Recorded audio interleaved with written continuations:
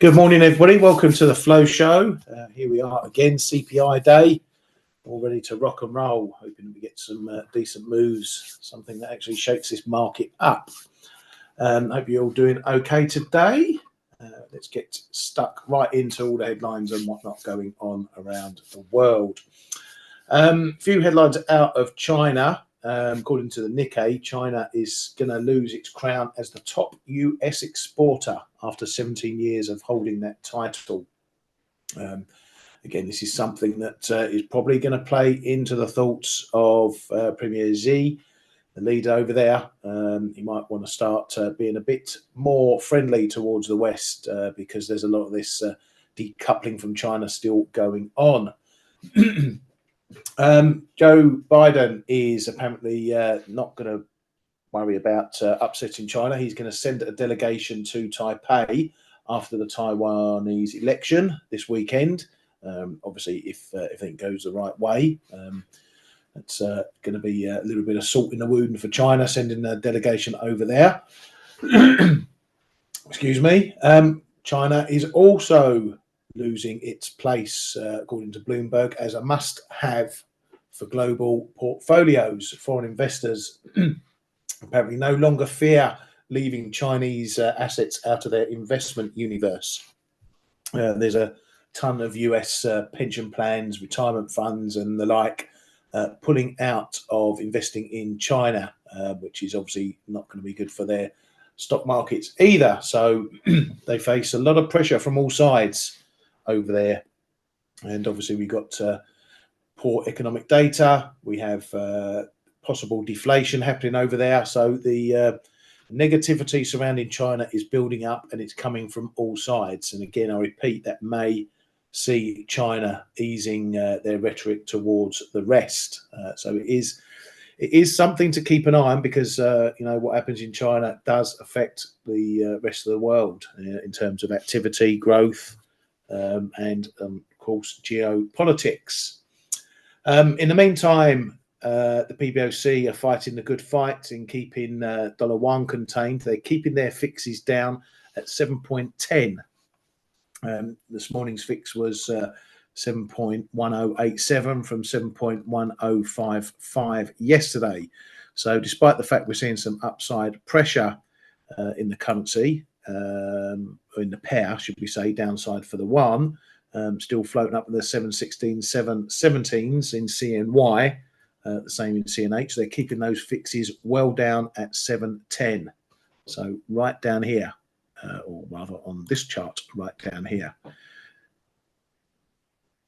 So that's where they're keeping their fixes. So they, as I say, maintaining the pressure. They're not wanting to let this currency rise too much. And it's going to be a big battle again because everything is pointing to the fact that the yuan should weaken substantially further.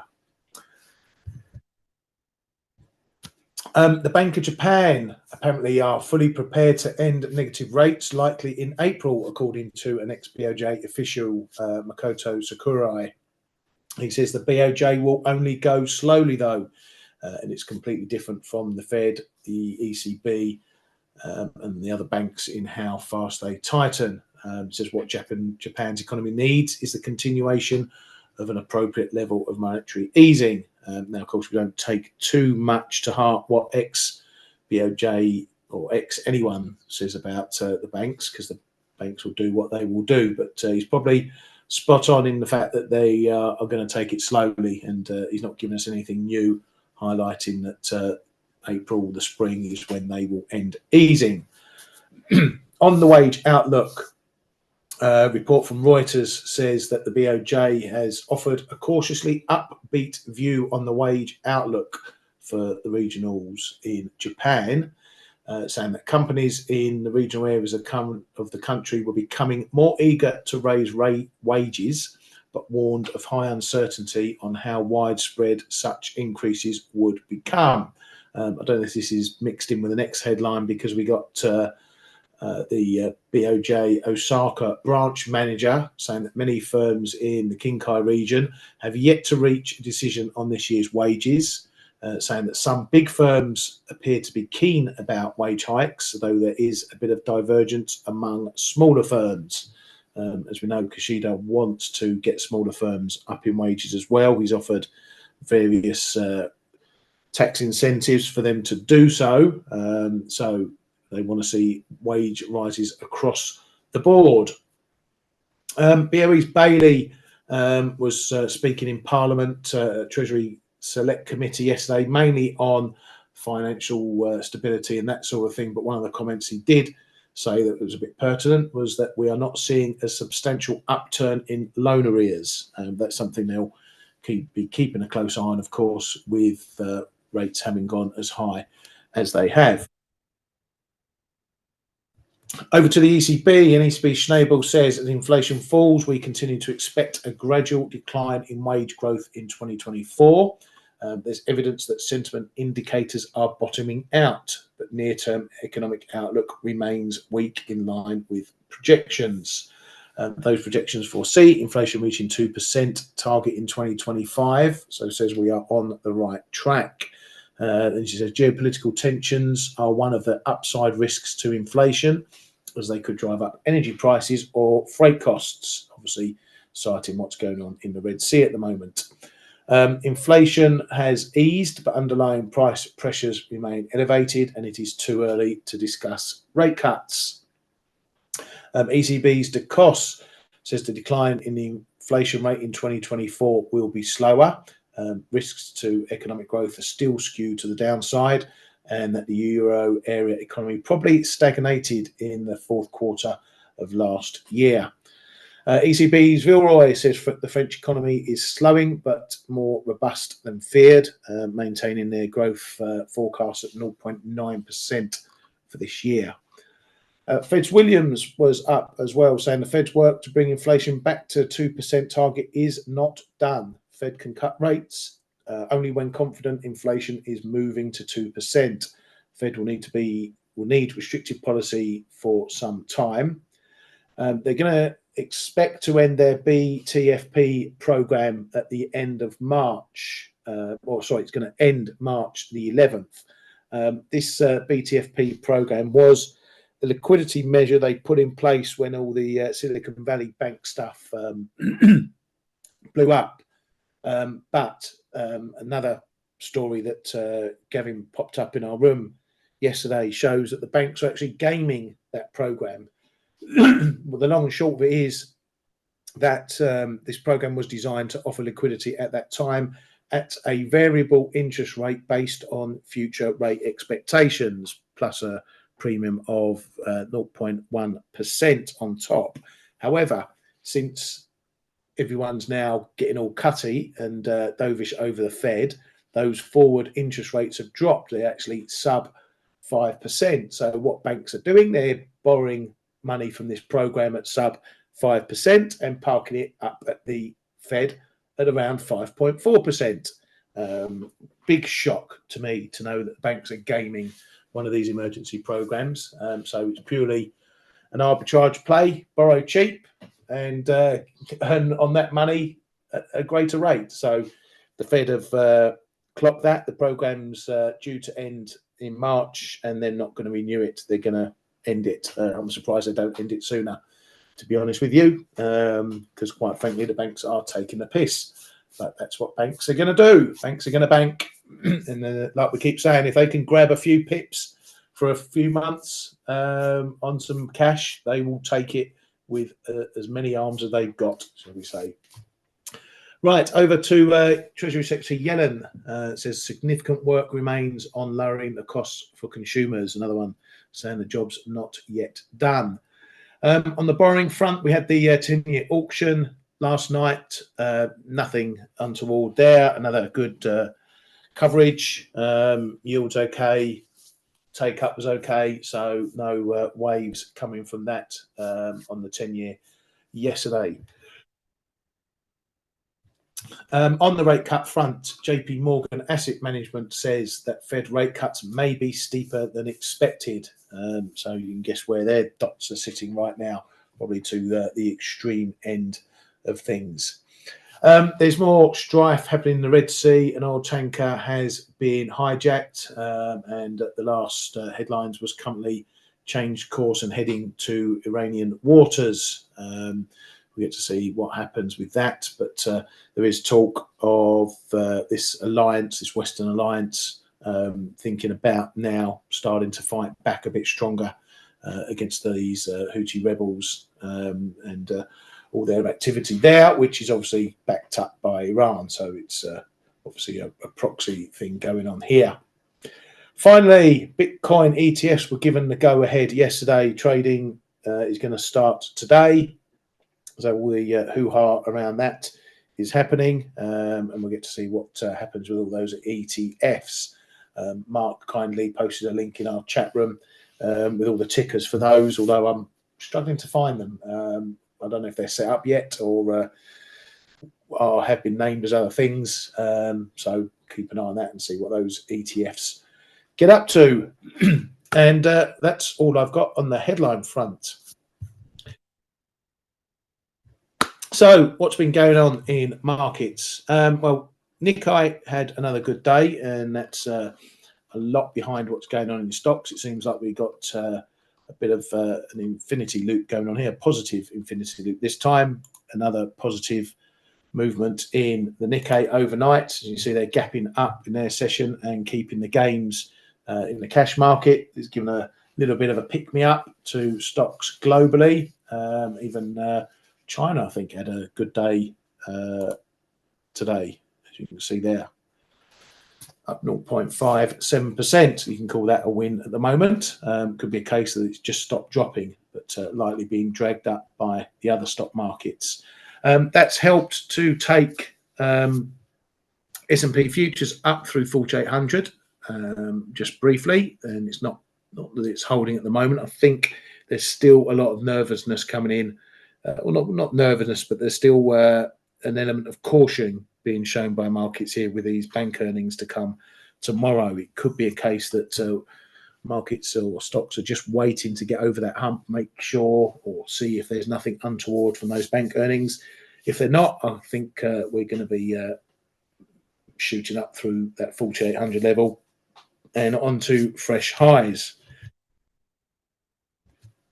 So as the Nikkei has been rising, dollar yen has been continuing its journey as well. Had a little move up towards 146, but topped out just short of 145.90. As I mentioned with bonds the other day, and the correlation between dollar yen and yields and the like, the same thing happens here if there's a correlation with stocks at any one time. There often comes a point where whatever's happening in one asset, the other asset runs into its own technical, fundamental driven levels. So 146 is a big level technically up here. So no matter what the Nikkei may have wanted to do, there may have been enough selling in dollar yen not to let that continue going up and following the Nikkei.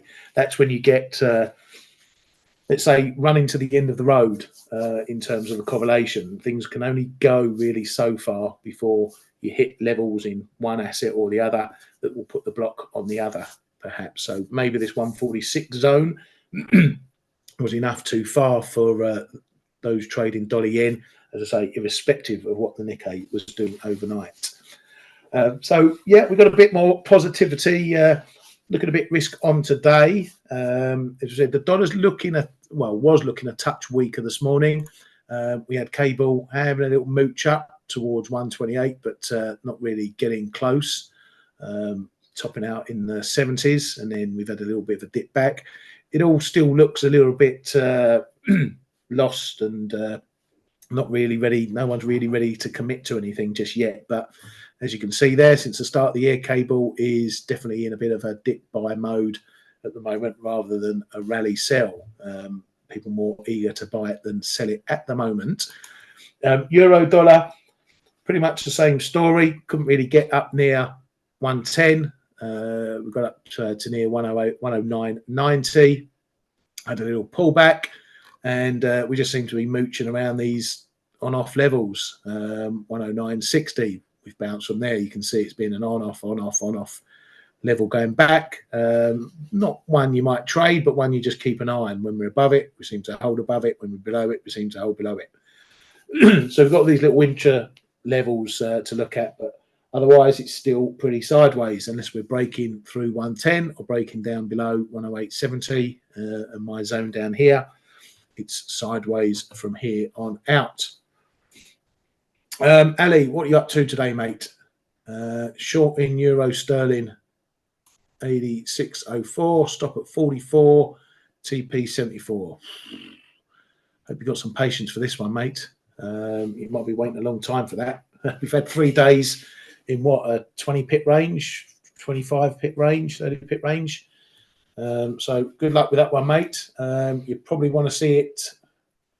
I don't think you're going to get any help, particularly from anything out of the UK or the Eurozone, unless you get a comment from a central banker or something. I think your moves today are going to come on the usual speed difference between what happens in euro dollar and cable. So that's what you need to look out for on the CPI numbers. You know, the dollar's going to move.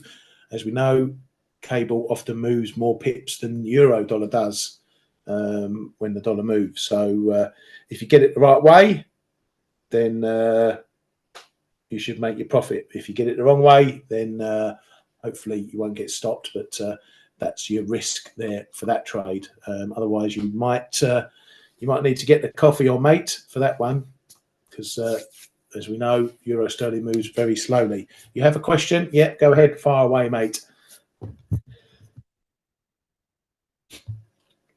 Just looking around, some of the other things. Dollar CAD. Also, it's given up what it had above 134.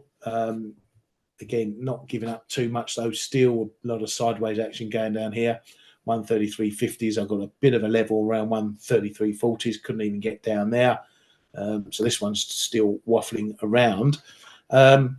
Still, there's no huge pickup in what's going on in oil markets. We are seeing a bit of a small bid coming in. Nothing massive, as you can see. Just looking at the 15-minute chart, not doing an awful lot. I think the Middle East, while it's not really rallying on Middle East worries, it's not dropping either on the other side of the picture. So I think the market, again, is just sitting here with its feet on the table, wanting to know what's coming next from all sorts of events. But if the Red Sea stuff dies down, then we'll go back probably to trading the fundamentals.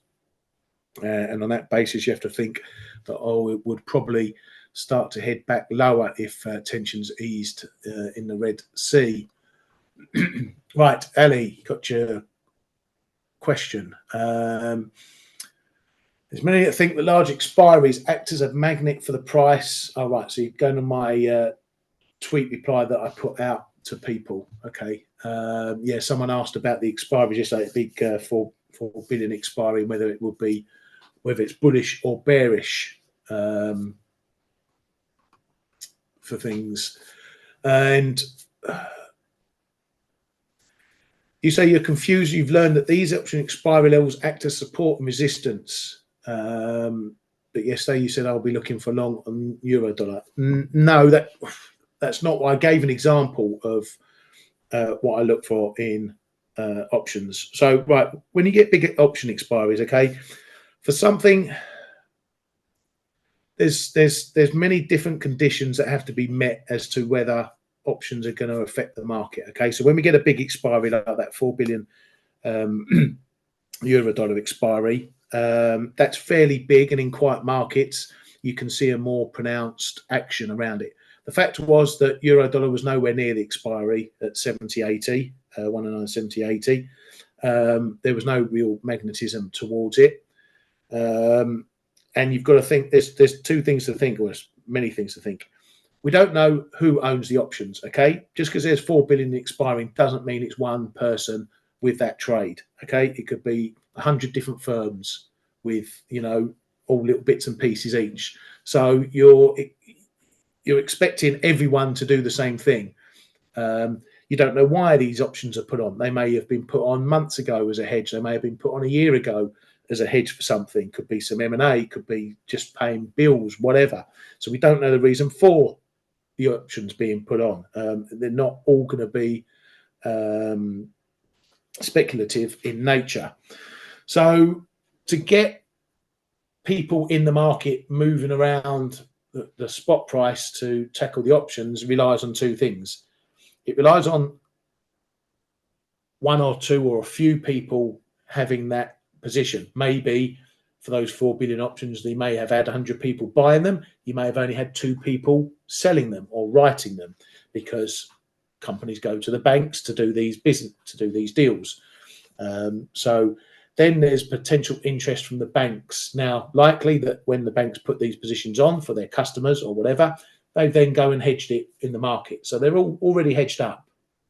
Now, obviously, you've got the Greek effect, the deltas, the gammas, and the effects, the time lapse or time lag that goes on with options that happens over time. So you can get these option players hedging further. If the price goes above, they may take profit, just like what Kay does when he does some options. He trades around the Greeks. He trades them. If they go into profit, he'll hedge it. If they dip, so on and so forth. So there's a lot of hedging that happens during the lifetime of an option.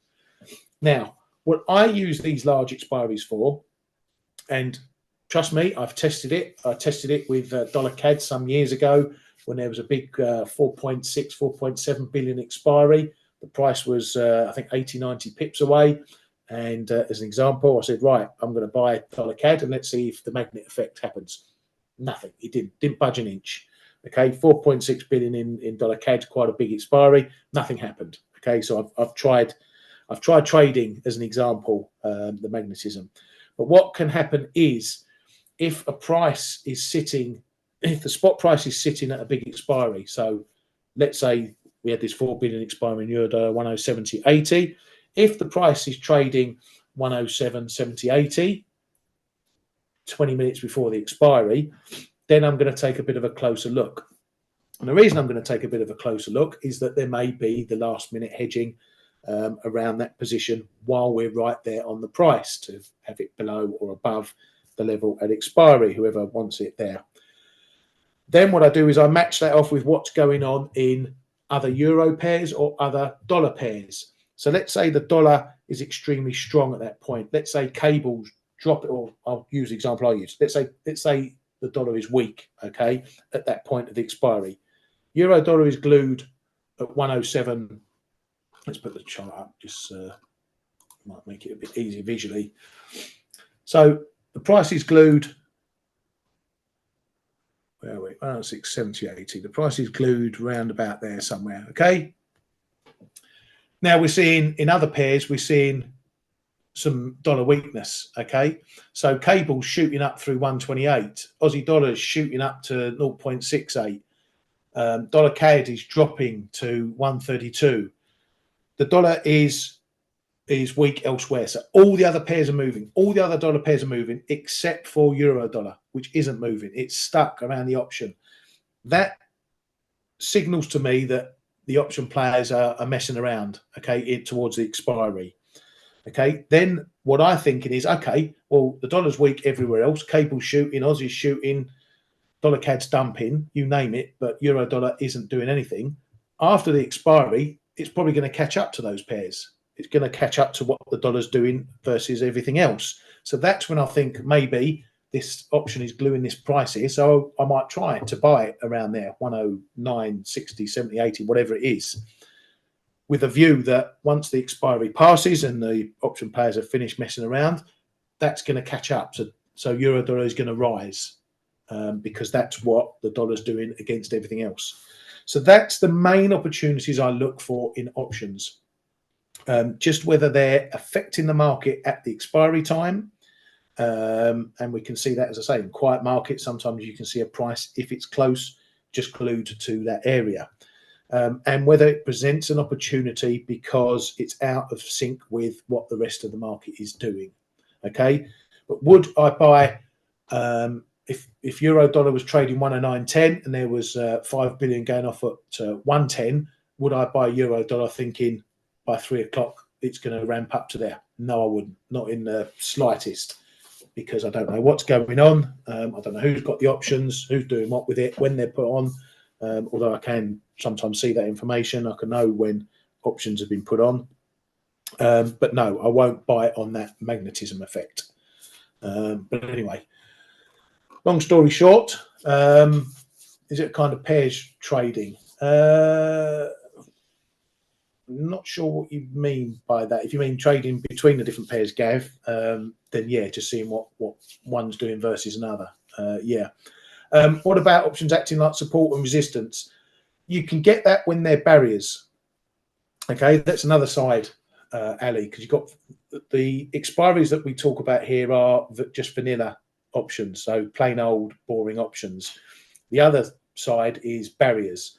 This is where traders will buy options and they don't want that strike level to be breached.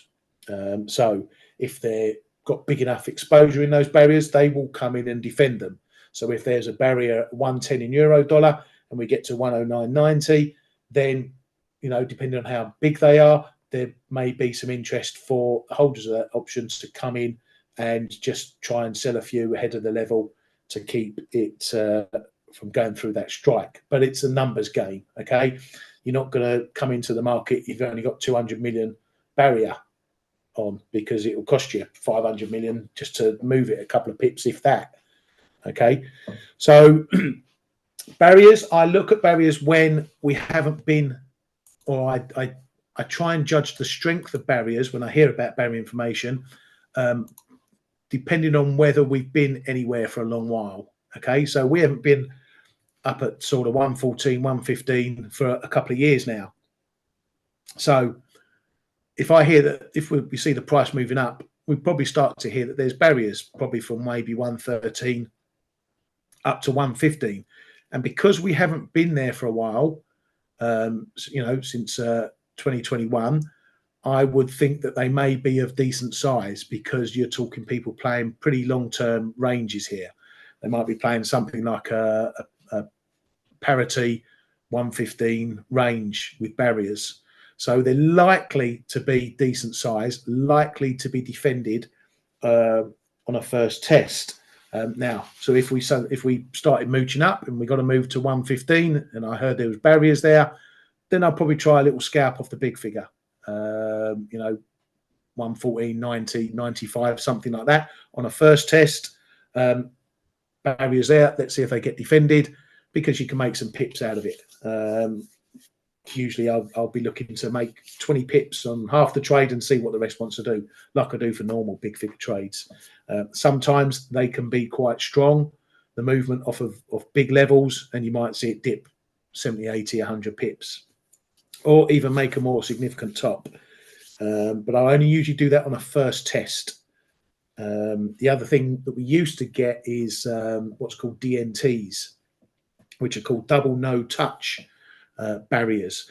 And the Chinese, the PBOC, used to play these in huge size. So they would literally, as I say, park these DNTs, you know, if we look at the range here, maybe 0.95 and 1.15.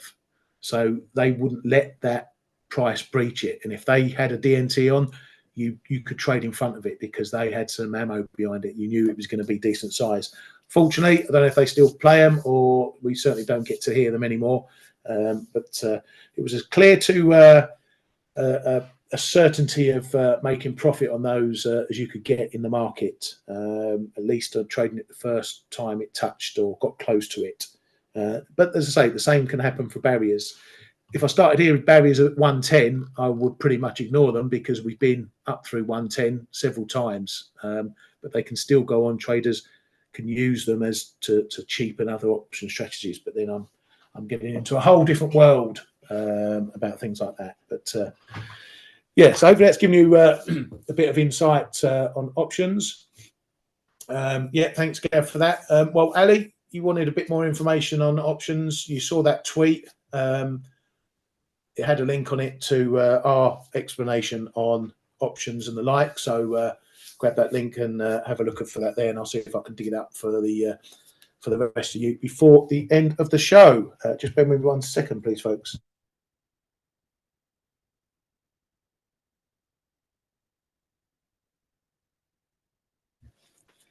Excuse me, just have to grab a drink of water there.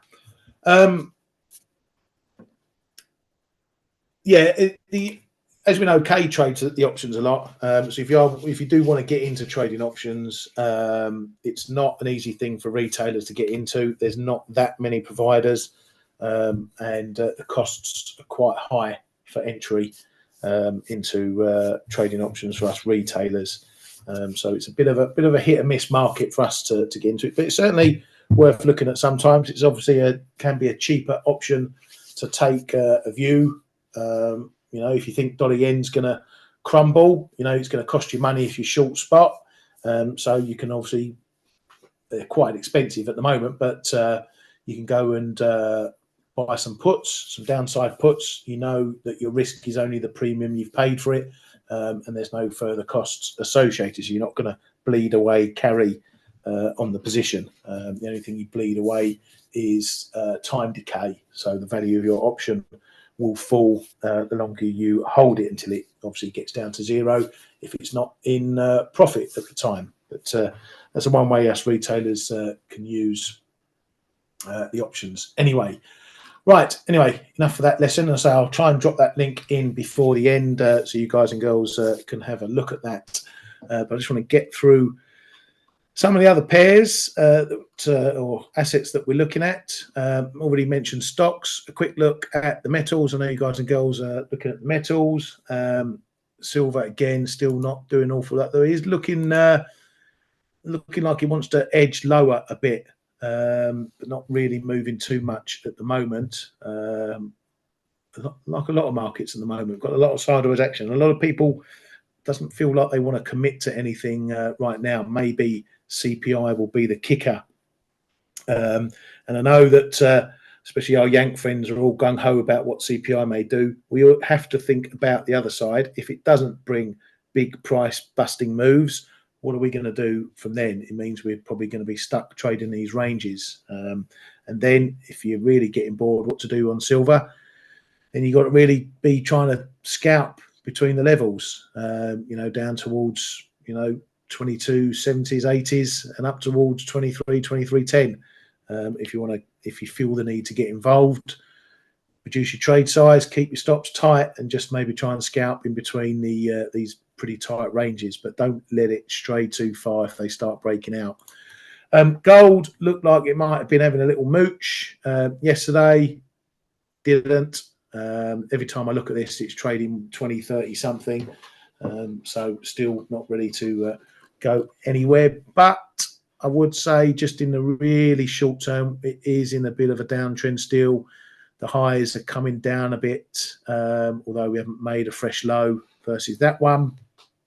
That makes it a bit more balanced, but we're still just seeing it creeping lower. But as we know, that can all change in an instant. Big CPI number, we could be back up 2050s, 2060s, or down towards 2000s. So as always, whatever the CPI does, whatever volatility we get on the CPI, look at where we close. You know, if we shoot up on the CPI, but by the close of today, we're back down at 2030, it's going to tell you, yeah, we've had a day to move, and no one gives a monkeys about it, and we're back where we were before. Same on the downside. So don't get caught out if you see any breaks of these ranges of anything you're watching. If you get any breaks of ranges, you know, these sort of moves that we saw here over the NFP and then the ISM, you know, they can suck a lot of people in. You think, oh, bang, yeah, gold's going, it's shooting high, I'm going to get long, and you chase it, and you get long at 2050, 2055. And then 2 minutes later, you're in the shit because now it's trading 2040, 2030, 2020, blah, blah, blah, and you're caught out. So if the market's going to make a move, let it do its thing, see where it settles afterwards. Okay? Don't get caught out thinking, oh, that data's done that, I need to go and chase the market here, because that's the most dangerous thing. If something's going to change, you'll have enough time to go with it. Right, just really not doing an awful lot else. I haven't even traded this year, boys and girls. I've put some orders in, which have come up short, and I've not yet traded this year. It's probably the longest I've ever gone the new year without actually trading something, such as the nature. And I am getting a little bit twitchy. You all know what it's like. If you haven't traded, you start to look for things maybe that aren't there. You start to get a bit itchy and whatever. But I'm sitting on my hands. I'm not going to do anything rash. I'd rather not trade than trade stupidly and just wait for my levels, see if I can get them, see if they come to me. So looking at yields again, going sideways, not doing an awful lot. Might be entering one of the most quietest periods we've seen for quite some time in yields. I mean, you know, most days we'd have, you know, maybe 20, 30 pip moves in yields, and now we're just doing nothing. So again, look at this one. We could get some spiky moves in this, just like we did there over the NFP and ISM. You know, walk from pillar to post, 20 pip range odd, and then boom, back in the middle. So let the market do its thing, see where it settles after. Don't go chasing things and getting caught on the wrong side. Or if you do try and trade a break of anything you're trading, make sure you keep it tight. So if it does go against you, you don't give back, or you don't lose too much being a deer in the headlights. Anything else you boys and girls want to look at while we're here? We had a look at oil. We had a look at that.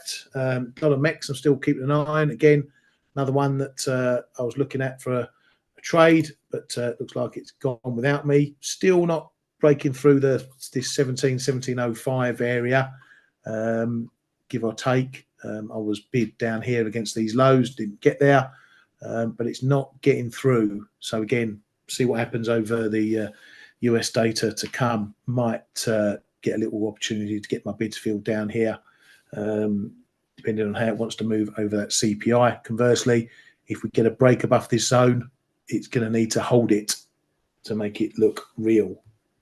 Right, let's dig out that. Let me dig out, if I can, that link for you boys and girls on the options. I should have it pretty close to hand. Just going to go back. There we go. Right, let's copy that link.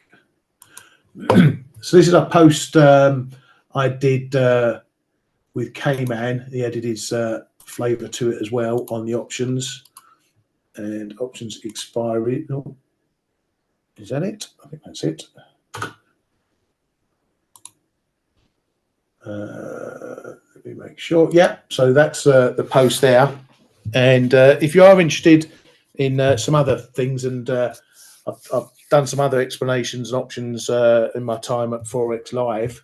So if you want to see those, let me know. If you're in the chat room, let me know, and I'll post the links to those as well, including that dollar CAD experiment I tried. And I also did a little bit of looking into, as I say, who has options. You know, when you talk about billions in options, how many trades there are, who has them, you know, what dates they were put on, that sort of thing. So I've got a couple of posts explainers for you to look at if you want. Just hit me up in the chat room, and I'll drop them in there for you.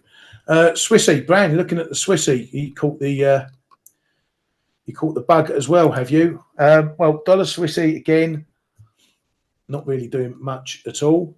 A lot of people still waiting for this one to take off. Euro Swissy is looking a little bit more bullish, but I wouldn't say that's anything major going on there. It's looking a bit more dip buy at the moment, but it's certainly not the rocket that a few are waiting for, and I hope a few people get as well, because I know there's a few of our crowd into this one and looking for rockets here. I just hope it's not there's not a big clear out to the downside before that rocket takes off. Right, going to look at the CPI data now that's coming up later. Get on the right page. There we go. What are we expecting? Right. So it looks like a possible tale of two ways for this one. CPI expected to rise a pip to 3.2%. The core expected to come down 2 pips to 3.8%. So we've got sort of a two-way trade here. If CPI is hotter, i.e., let's say it comes in 3.3, even if it comes in 3.2, but if it comes anything above 3.3, the market is going to start thinking higher for longer, but that could be countered by the core number coming down. So one could negate the other. in terms of movement. Let's say that headline comes in at 3.3 and core comes in at 3.7. Then the market's probably going to go, okay, not much to do on that. If we get them moving both the same way, so if headline comes in higher, if the core comes in higher, particularly higher than the last print, then that's going to be knocking out those dovish expectations further. Dollar rallying, yields rallying likely. If they both come in lower, if the core comes in lower than expected, if CPI comes in lower than last month, then you're going to get your doves taking control and probably having another push that yields lower and the dollar lower as well. So that's what you want to be looking at from the CPI data. As I say, one could cancel the other, depending if they both move the same way they're expected to move, because the Fed will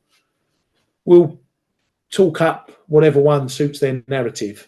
So they'll acknowledge the core coming down, but then say, oh, well, but CPI is still well above target, and that's what we need to fight. And they can change their rhetoric depending on which one's doing what over that. Also, we've got jobless claims, which haven't been anything notable of late. Those continued claims still knocking around the 1.8, between 1.8, 1.9 million. So unless we start seeing this trending one way or another again, which as we can see from the short term, it's just, we had the move up and now it's just sort of going sideways a bit. We were thinking that this might have been a bit of a trend developing. Maybe we would start going through the 2 million mark, but no, it's carried on going sideways. So unless we get some big numbers there, that should pass by without much fuss. Right, on that note, I think we're going to call it a day. Sorry if there's not been much to talk about price-wise, but I don't make the markets. I don't make a move, unfortunately. Market's going to do what market's going to do. Hopefully we've given you a bit more on the options. Anyway, last question there from Khaled. From my experience, which one, core headline, is most important to the market or has more influence on trading?